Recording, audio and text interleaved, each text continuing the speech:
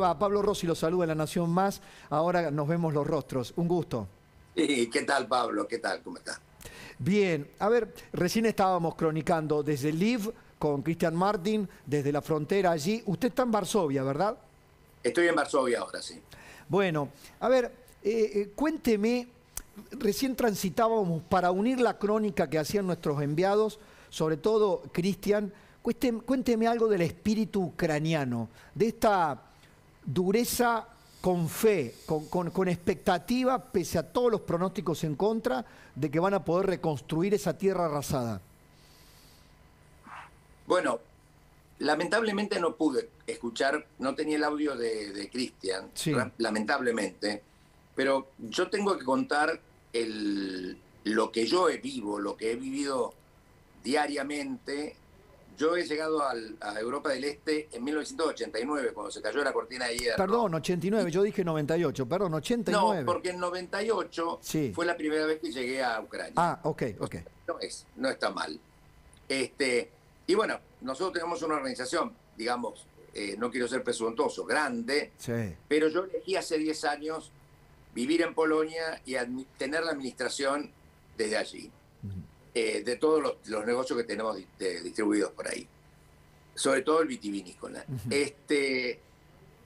Yo he vivido en los últimos 8 años, yo he vivido en la guerra, Mm, yo he vivido en la guerra de Ucrania contra los países separatistas. claro. Yo he vivido en la guerra que se hacía notar cada día que pagábamos los sueldos porque pagábamos el impuesto a la guerra junto con el impuesto, con el sueldo que le correspondía a los empleados. Yo he vivido la guerra desde hace 8 años porque algunos de mis empleados fueron a la guerra y gracias a Dios volvieron. Y Mm, tuvimos que mantenerles a ellos el cargo, el puesto, a la espera de que volvieran.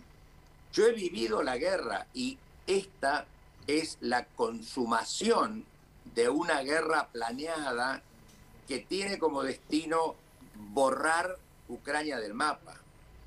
Esta guerra, esta guerra, esta guerra que viene, esta que viene, porque lo quiero decir, yo no soy un analista, soy un hombre de la calle, pero tengo los suficientes años como para percibir las cosas, ujú, como los elefantes. Hay varias guerras ya. mm, La primera guerra, que era la que imaginó Putin, la perdió. mm, Ya perdió la primera guerra, porque cuando invadió pensaba que en 3 días estaba en Kiev, Zelensky huido, él había puesto un títere y podía manejar desde ahí o desde donde fuera, ujú. podía manejar el país. La perdió. Zelensky es el soldado número 1 hoy, no ha podido cubrir el país, ha tenido que tomar ciudades importantes, las ha tomado, pero para dar un signo de la violencia con la que quiere tomar esta guerra, debe volar hospitales como el que voló hoy en Mariupol. En Mariupol. Una maternidad. No sé si ustedes han visto Sí. las fotografías. Es, es En este momento, Ricardo, estamos pasando esas sí, imágenes lo justamente veo. del bombardeo Pero no veo atroz. no veo el agujero que dejó la explosión, Mm, que es mucho más, ahí está, que es mucho más impresionante. ujú, Han volado, tienen que volar hospitales para tratar de deteriorar la moral del pueblo ucraniano que no se entrega, que pelea. Cuando recién contaban que había muchas colas, que eran, digamos, se tardaba mucho para ir a la frontera, tengan en cuenta que el acceso a la frontera es totalmente libre. claro, Nadie tiene ningún inconveniente para irse salvo los varones. claro. Lo que sucede es que los comités de autodefensa tienen muchos retenes, muchas paradas en la zona ucraniana porque tienen que revisar, porque hay mucha mimetización de los rusos saboteadores con los ucranianos. Claro, que Y que no se pueden diferenciar muchas veces tan fácilmente. No los podés diferenciar. Claro. No podés diferenciarlo, porque han perdido el acento. Han perdido el acento. O sea, todo el mundo habla ruso, o la gran cantidad. En el oeste a veces no se habla ruso, pero la mayoría habla ruso. Y hablan un ruso común. Hablan un ruso con acento. Después de muchos años han aprendido a tener un acento común. Entonces es muy difícil reconocerlos. Pero sí. Ricardo, le quiero preguntar, usted es un empresario con sedes en varios lugares de Europa, España y otros países, obviamente, Argentina, el negocio de los vinos. Dígame algo con su experiencia de este bloqueo económico que se cierne sobre Rusia, donde las principales marcas de Occidente han salido, están saliendo. Esa es la otra guerra que se está librando y me gustaría una opinión suya como empresario. Pero ninguna duda, ninguna duda. Esta es una guerra muy seria. La guerra de las sanciones es una guerra muy seria. Es seria y es devastadora, porque a Rusia a esto le va a costar retroceder muchos años en la creación de riqueza. Pero las sanciones van a hacerse sentir en algún tiempo. Claro. Mientras tanto, Rusia sigue arrasando Ucrania. Sí. Las sanciones están perfectas y la actitud de las compañías internacionales de salir o no vender a Rusia es perfecto. Pero esto, el efecto real, se va a sentir dentro de 2, 3 años.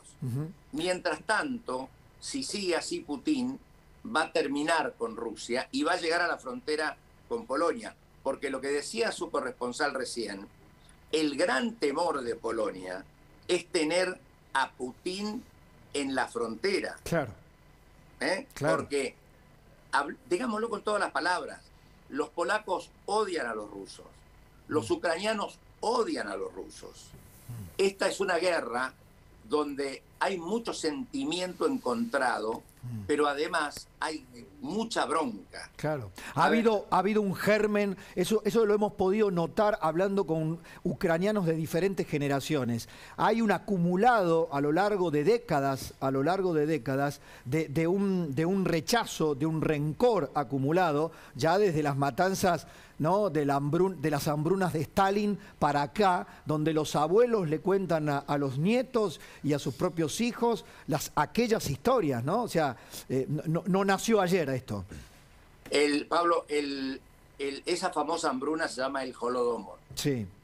Y eso lo hizo Stalin para sacarle todos los cereales al este para llevarlos al oeste. Al oeste para llevarlos al este. Pero Putin no se conforma con eso.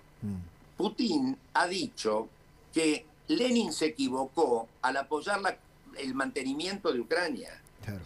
Que Khrushchev se equivocó cuando le regaló Crimea a los ucranianos. Lenin le pasó un trapo a la historia. La historia de Rusia no es la que cuenta la historia, sino es la que cuenta Putin. Entonces, Putin ahora lo que hace es revertir la historia, volver a tener ese sueño expansionista para tener una gran Rusia, pero sobre todo basado en la negación de las etnias. Entonces, ¿qué pasa hoy? ¿Qué pasa hoy con Putin? Hay mucha gente que dice que a Putin no lo apoyan adentro, ¿cierto? Sí. En realidad, que el pueblo lo apoye o no lo apoye, la verdad que es secundario. Porque el pueblo no va a salir a la calle, no está armado, es un país autoritario. La clave es su entorno, me imagino. Son los oligarcas. Son los oligarcas. Los oligarcas que tienen fortunas incalculables de un origen, pero tan oscuro, que es impresionante, basado sobre todo en la energía. en el gas y el petróleo. Ricardo, hábleme a propósito de esto que acá se habla poco y se conoce poco, del grupo Wagner. ¿Qué es el grupo Wagner? Digamos, un ejército privado. Un ejército. Wagner es un ejército privado. Comandado por los propios oligarcas que rodean a Putin. Pero por supuesto, es una compañía de mercenarios que trabaja en todo el mundo. Es decir, no trabaja solamente para sostener a Rusia.